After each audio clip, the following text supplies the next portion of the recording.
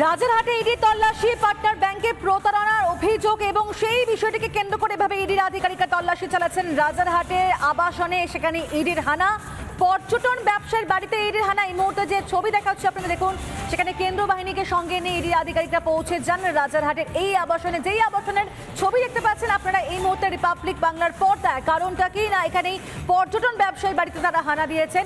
Partner ব্যাংকে প্রতারণার অভিযোগ সামনে আসে এবং সেই বিষয়ে তদন্ত করতে গিয়ে ইডির আধিকারিকরা রাজারহাটের এই আবাসনে পৌঁছে যান।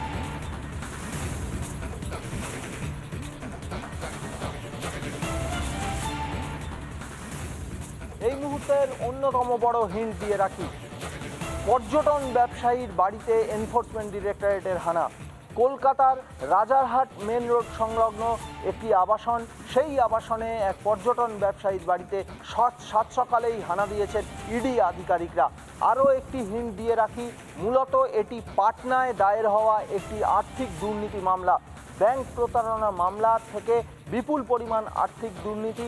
আরও একটি হিন্ট দিয়ে রাখি, এই মুহূর্তে আবাসনের সেই পর্যটন ব্যবসায়ীর বাড়িতে ইডি আধিকারিকরা এসেছেন, তাকে জিজ্ঞাসাবাদ করবেন বলে জানা যাচ্ছে ইডি সূত্রে। মূলত পাটনায় দায়ের হওয়া একটি ব্যাংক প্রতারণা মামলা, সেই ব্যাংক প্রতারণা মামলায় এই ব্যবসায়ীর নাম উঠে এসেছে, জিজ্ঞাসাবাদে এই পর্যটন ব্যবসায়ীর নাম উঠে এসেছে এবং তাকে জিজ্ঞাসাবাদ করতেই গতকাল রাতেই পাটনা থেকে ইডি আধিকারিকরা সল্টলেকের সিজিও কমপ্লেক্সে ইডির দপ্তরে এসে পৌঁছান। আজ সকালে সেন্ট্রাল ফোর্স সহযোগে ইডি আধিকারিকরা তারা এই রাজারহাট মেন রোডের আবাসনে পর্যটন ব্যবসায়ীর ফ্ল্যাটে এসেছেন। মূলত ব্যাংক প্রতারণা মামলার মাধ্যমে একটা বিপুল পরিমাণ আর্থিক দুর্নীতি হয়েছে, এমনটাই জানা যাচ্ছে ইডি সূত্রে। সেই আর্থিক দুর্নীতির তদন্তেই এই পর্যটন ব্যবসায়ীর বাড়িতে হানা।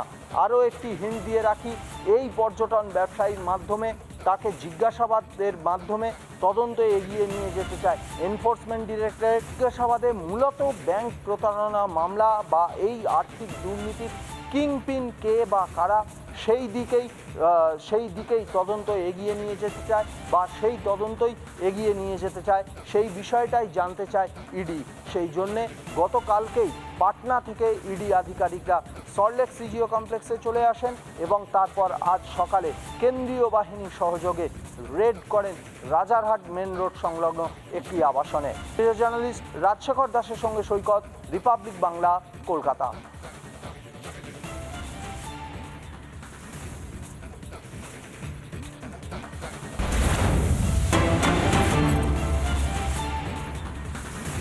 নজর রাখবো পরের খবরে। বসিরহাট আদালতের শাহজাহানের বিরুদ্ধে চার্জশিট জমা, 38 পাতার চার্জশিট জমা সিবিআই এর।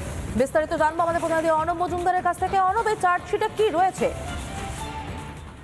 একবারই দেখো, 38 পাতার যে চার্জশিট, সেই চার্জশিট জমা দিয়েছে সিবিআই। সেখানে দেখানো হয়েছে যে 5ই জানুয়ারি যে ইডির উপর এবং সিআরপিএফ এর উপর যে হামলা হয়েছিল, সেই হামলা মূলত অস্ত্র এবং আরো বেশ কিছু বেআইনি জিনিসপত্র যাতে ইডির হাতে না পড়ে যায় তার জন্যই কিন্তু এই হামলা চালানো হয়েছিল, এমনটাই কিন্তু সিবিআই তাদের চার্জশিটে জানিয়েছে।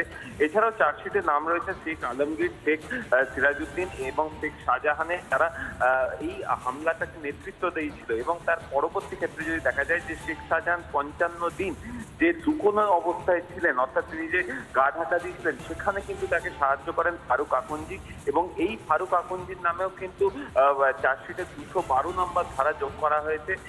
এছাড়াও যেটা বলা হচ্ছে যে অস্ত্রগুলো উদ্ধার হয়েছিল, সেই অস্ত্রগুলোই কিন্তু শেখ শাহজাহানের বাড়িতে ছিল। এনফোর্সমেন্ট ডিরেক্টরেট এবং সিআরপিএফ যদি তল্লাশি চালাতো তাহলে কিন্তু সেই অস্ত্র এসে যেত তাদের হাতে এবং তারা সেক্ষেত্রে শেখ শাহজাহানের বিপদ আরো বাড়ত বলে তিনি মনে করছিলেন এবং সেই জন্যই কিন্তু হামলার পরিকল্পনা করা হয়। শেখ শাহজাহানের নির্দেশে কিন্তু গোটা হামলা হয়, এমনটাই কিন্তু চার্জশিটে জানানো হয়েছে আদালতকে। সমাদৃতা, ধন্যবাদ অর্ণব। নজর রাখবো পরের খবরে। বসিরহাট আদালতের শাহজাহানের বিরুদ্ধে চার্জশিট জমা, 38 পাতার চার্জশিট জমা সিবিআই এর। বিস্তারিত জানবো আমাদের প্রতিনিধি অনব মজুমদারের কাছ থেকে। অনব, এই চার্জশিটে কি রয়েছে? একবারই দেখো, 38 পাতার যে চার্জশিট, সেই চার্জশিট জমা দিয়েছে সিবিআই। সেখানে দেখানো হয়েছে যে 5ই জানুয়ারি যে ইডির উপর এবং সিআরপিএফ এর উপর যে হামলা হয়েছিল, সেই হামলা মূলত অস্ত্র এবং আরো বেশ কিছু বেআইনি জিনিসপত্র যাতে ইডির হাতে না পড়ে যায় তার জন্যই কিন্তু এই হামলা চালানো হয়েছিল, এমনটাই কিন্তু সিবিআই তাদের চার্জশিটে জানিয়েছে। এছাড়াও চার্জশিটে নাম রয়েছে শেখ আলমগীর, শেখ সিরাজউদ্দিন এবং শেখ শাহজাহানের, যারা এই হামলাটাকে নেতৃত্ব দিয়েছিল। এবং তার পরবর্তী ক্ষেত্রে যদি দেখা যায় যে শেখ শাহজাহান 55 দিন যে শুকনো অবস্থায় ছিলেন, অর্থাৎ তিনি যে গা ঢাকা দিয়েছিলেন, সেখানে কিন্তু তাকে সাহায্য করেন ফারুক আকন্জি। এবং এই ফারুক আকন্জির নামেও কিন্তু চার্জশিটে 212 নম্বর ধারা যোগ করা হয়েছে। এছাড়াও যেটা বলা হচ্ছে যে অস্ত্রগুলো উদ্ধার হয়েছিল সেই অস্ত্রগুলোই কিন্তু শেখ শাহজাহানের বাড়িতে ছিল। এনফোর্সমেন্ট ডিরেক্টরেট এবং সিআরপিএফ যদি তল্লাশি চালাতো তাহলে কিন্তু সেই অস্ত্র এসে যেত তাদের হাতে এবং তারা সেক্ষেত্রে শেখ শাহজাহানের বিপদ আরো বাড়ত বলে তিনি মনে করছিলেন এবং সেই জন্যই কিন্তু হামলার পরিকল্পনা করা হয়। শেখ শাহজাহানের নির্দেশে কিন্তু গোটা হামলা হয়, এমনটাই কিন্তু চার্জশিটে জানানো হয়েছে আদালতকে। সমাদৃতা, ধন্যবাদ অর্ণব। রাজারহাটে ইডি তল্লাশি, পার্টনার ব্যাংকে প্রতারণার অভিযোগ এবং সেই বিষয়টিকে কেন্দ্র করে এভাবে ইডির আধিকারিকরা তল্লাশি চালাচ্ছেন রাজারহাটের আবাসনে, সেখানে ইডির হানা। পর্যটন ব্যবসায়ীর বাড়িতে ইডির হানা। এই মুহূর্তে যে ছবি দেখাচ্ছে আপনারা দেখুন, সেখানে কেন্দ্র বাহিনীকে সঙ্গে নিয়ে ইডির আধিকারিকরা পৌঁছে যান রাজারহাটের এই আবাসনে। যেই আবাসনের ছবি দেখতে পাচ্ছেন আপনারা এই মুহূর্তে রিপাবলিক বাংলার পর্দায়, কারণটা কি না এখানেই পর্যটন ব্যবসায়ীর বাড়িতে তারা হানা দিয়েছেন। পার্টনার ব্যাংকে প্রতারণার অভিযোগ সামনে আসে এবং সেই বিষয়ে তদন্ত করতে গিয়ে ইডির আধিকারিকরা রাজারহাটের এই আবাসনে পৌঁছে যান।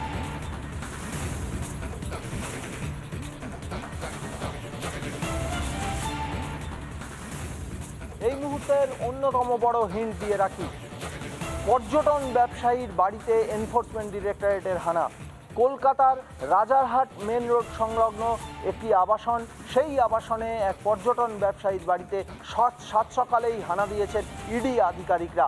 আরও একটি হিন্ট দিয়ে রাখি, মূলত এটি পাটনায় দায়ের হওয়া একটি আর্থিক দুর্নীতি মামলা। ব্যাংক প্রতারণা মামলা থেকে বিপুল পরিমাণ আর্থিক দুর্নীতি। আরও একটি হিন্ট দিয়ে রাখি, এই মুহূর্তে আবাসনের সেই পর্যটন ব্যবসায়ীর বাড়িতে ইডি আধিকারিকরা এসেছেন, তাকে জিজ্ঞাসাবাদ করবেন বলে জানা যাচ্ছে ইডি সূত্রে।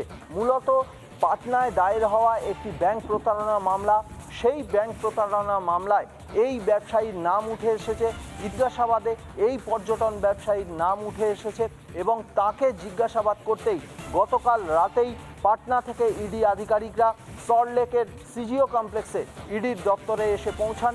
আজ সকালে সেন্ট্রাল ফোর্স সহযোগে ইডি আধিকারিকরা তারা এই রাজারহাট মেন রোডের আবাসনে পর্যটন ব্যবসায়ীর ফ্ল্যাটে এসেছেন। মূলত ব্যাংক প্রতারণা মামলার মাধ্যমে একটা বিপুল পরিমাণ আর্থিক দুর্নীতি হয়েছে, এমনটাই জানা যাচ্ছে ইডি সূত্রে। সেই আর্থিক দুর্নীতির তদন্তেই এই পর্যটন ব্যবসায়ীর বাড়িতে হানা।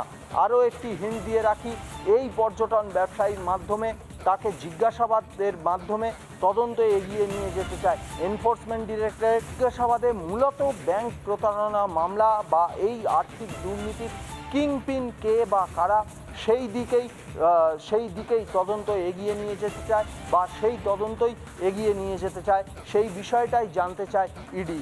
সেই জন্যে গতকালকেই পাটনা থেকে ইডি আধিকারিকরা সল্টলেক সিজিও কমপ্লেক্সে চলে আসেন এবং তারপর আজ সকালে কেন্দ্রীয় বাহিনীর সহযোগে রেড করেন রাজারহাট মেন রোড সংলগ্ন একটি আবাসনে। জার্নালিস্ট রাজশেখর দাসের সঙ্গে সৈকত, রিপাবলিক বাংলা, কলকাতা।